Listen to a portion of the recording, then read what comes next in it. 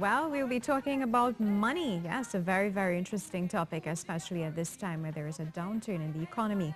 Global Money Week. To tell us more about that, we have the Financial Services Ombudsman of the Central Bank of Trinidad and Tobago, Dominic Stoddard, and joining him is the Senior Communications Officer of TNT Securities Commission, Nicole Beechan. Welcome. Thank you. So before we go into Global Money Week, I'd like to ask you, what is the National Financial Education Committee exactly? It's a committee formed because we realize that financial literacy is a life skill. You don't just pick it up along the way. And different organizations were doing different things regarding educating the public and making people financially aware. So it was natural for us to decide that maybe we should collaborate, we should coordinate, we should make sure that there are no gaps or overlaps. And that's actually gave birth to the committee. You know, I like that statement you started with. You know, you said financial education is a life skill. It's so true that many of us just naturally, you see something, even though you know your credit card debt is already sky high, you're so tempted to keep swiping, especially now where you have artificial intelligence and you have so many things that make it easier for you to just sit in front of a computer. And they have predictive analysis as well, where they put things in front of you that they know you are interested in because of past interactions and even with people who would have had similar interactions with certain items. So in all of this, the role that the Global Money Week, what is Global Money Week now? And is it the first time that you're having something like this, and what is the purpose of it exactly? Well, Global Money Week is actually an international celebration, and it's celebrated among youth. It's part of the youth network, and we're actually taking on this challenge really to promote Global Money Week in Trinidad and Tobago. We'll be celebrating Global Money Week along with over 140 different countries across the world, and we'll be actually putting our footprint towards financial education. Part of the activities that we intend to roll out over the next week would be from the launch on the 12th with the MOU signing, which I would let Mr. Stoddard speak to. We would be going into events such as hosting an exhibition in Tobago for approximately 250 students and teachers. And then Tobago will be coming over for a business tour of some of the various financial institutions. And then on Friday, we'll actually be having another exhibition in Trinidad for both teachers and students from approximately 25 different secondary schools, and we'll be catering for approximately 500 teachers and students. And they will be doing a theatrical exposition, as well as having different booths from the various financial institutions there, where they can learn a bit more about the financial sector in Trinidad and Tobago and the different entities that form the financial sector. Mr. Stoddard, how important is something like this? Oh, very, very important. You may have heard the quotation by Frederick Douglass that it's easier to build strong children than repair broken men. We've decided that we want to focus on the youth. Child and Youth Finance International is the agency propagating Global Money Week. And we're tied into them because we want to focus on youth development. The life skill that is financial literacy, we intend to ensure that all young people in the country at some point have access to the information and the services that we provide in order to empower them to make appropriate financial decisions. It's something that you think has been lacking in our society? Absolutely. When I, as the Financial Services Ombudsman, we're responsible for complaints about financial institutions. And we get approximately 1,000 complaints from different individuals who have problems with their banks, their insurance companies, their non-bank financial institutions. But when we analyze the data, we realize that a lot of these complaints were in fact avoidable had people understood the products and services that they were purchasing, that they were signing up for. Many of them would not have had the difficulties in the end to have to make a complaint against the financial institution. And we already had a national financial literacy program in the central bank, and all we're doing now is ramping up the effort. Can I give an example? Sure. Imagine a young couple, 24, 26, deciding to purchase a home. Where do you start? How do you get the information that you need to decide whether you want a fixed rate mortgage, an adjustable rate mortgage? What is an appropriate interest rate to pay? How much can I afford? Normally, people will go into the institutions, but institutions are trying to sell their products. What you want is objective information, and there is where the committee, under the aegis of the National Financial Literacy Program, intends to educate and inform the public. You know how many people get ramp up debt and they don't know how to navigate their way out of it. And just as an example, credit card debt. Sometimes people, they carry expensive credit when they could in fact substitute for a cheaper form of credit and bring their credit card, within their control. So many cars on the road. Imagine a 5-car smash up, 5 people in an accident, and at the end, in trying to sort out liability, we have 1, 2, maybe 3 complainants come to the Ombudsman office. They don't really understand what their obligations were. And in fact, some of them even voided their insurance contracts. But providing the public, the citizens of Trinidad and Tobago, with appropriate financial education will empower them to make appropriate decisions. In terms of bringing this information to teachers and students, how are you going to break it down to make it a little bit more age appropriate? Yeah.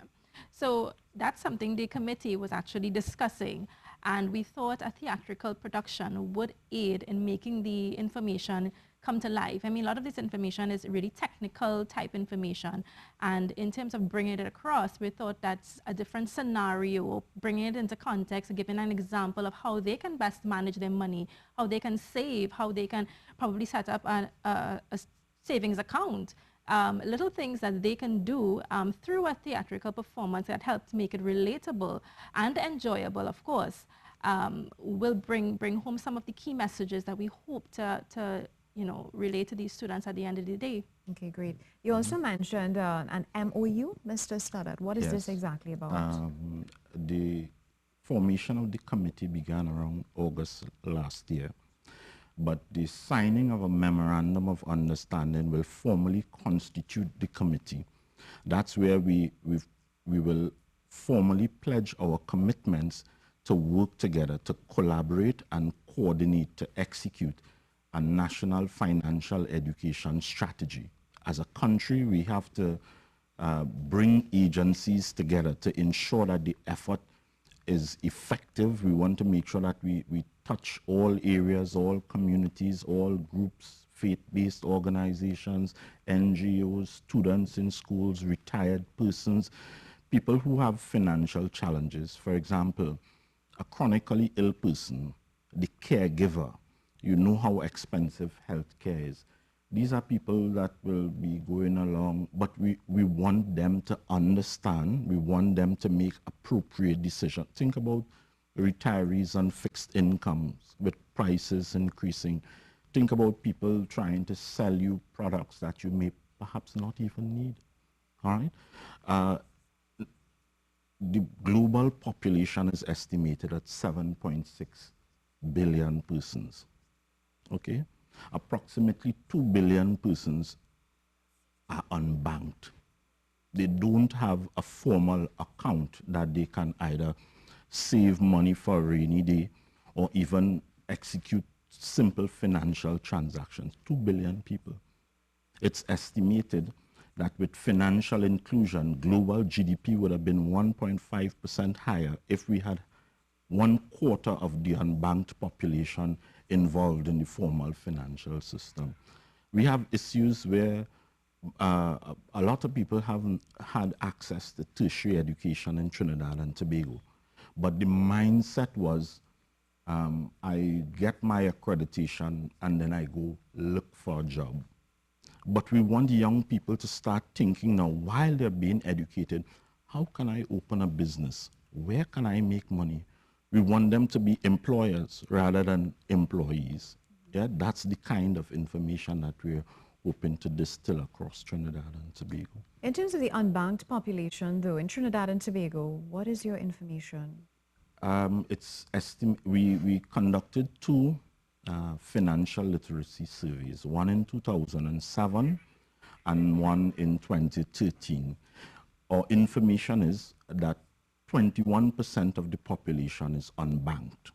All right, the updated number was roughly the same. So across 2007 to 2013, we have not had a major improvement in terms of the population that is unbanked. Why is that? What are some of the factors that could, is it because people are just simply unaware? Awareness is an important factor. Yeah, awareness ideally is one of the prime factors involved in this case. And hence the reason why we felt the need that this committee will help change that habits, those habits actually.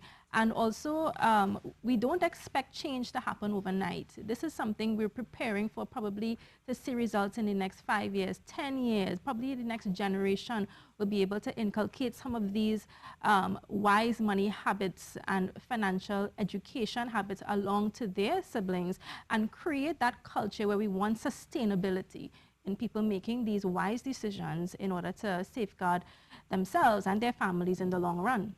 So Global Awareness Week is just one of the initiatives, Global Money Week is just one of the initiatives that you decide to put forward. So we can expect probably some more initiatives from you. Definitely. And I'd also like to give a plug for our Facebook page. We're actually trying to ramp up some interest for Global Money Week, and we're doing all this organically. So I would encourage the nation to actually please like and share our Facebook page, Global Money Week TNT, and get involved, and please like and share our page, use our speech bubbles, tell persons why you save, why you budget, why you think Global Money Week is important, and why we should all get involved in making a difference in Trinidad and Tobago. Who's invited to Global Money Week? Right now we're doing targeted, because it's the first one, it's targeted to primarily secondary school teachers and students. And again, we're including Tobago in this. And I'd like to make mention of some of the entities that are involved in this initiative. It's a National Financial Literacy Program under the Central Bank, the Trinidad and Tobago Securities and Exchange Commission, the Bankers Association of Trinidad and Tobago, the Trinidad and Tobago Credit Union League, the Association of Trinidad and Tobago Insurance Companies, the Trinidad and Tobago Insurance Institute, the Financial Literacy Secretariat at Tobago, the Tobago House of Assembly, and the Trinidad and Tobago Stock Exchange Limited. And essentially what we want is to start the groundwork from teachers and students, and then build it to probably a more community level, to more NGO level, and then gravitate towards other entities within the nation. Students, you're talking about primary school students, secondary school students, university level? Yeah, We're talking right now about secondary school students. Yeah. So you do have plans to take it possibly to university level, etc.? Yes. And which schools are invited? Is it throughout the country? Yes, so in Tobago, the Financial Literacy Secretariat, they're organizing secondary schools in Tobago for us, and we're catering to approximately 250 teachers and students there.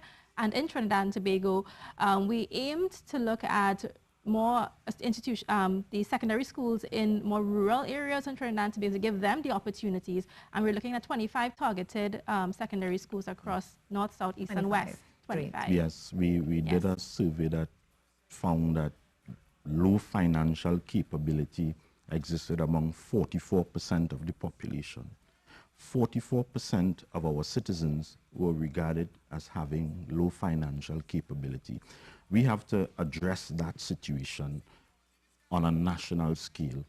And we're starting with school children. We did a program with the SCA students. We have programs for senior citizens, and we're going to build outwards and try to reach as far as wide as possible to get people to develop responsible financial behavior. What we're talking about is people budgeting, planning for the future, saving, some basic financial habits that we're hoping that as we distill the appropriate information, the population will improve and experience a better standard of living. Such a pleasure chatting with you both, Mr. Thank Dominic you. Stoddard and Nicole Bachan, talking to us about Global Money Week and telling us some startling statistics, providing us there with 41% of the population has low financial capability, something you might want to think about.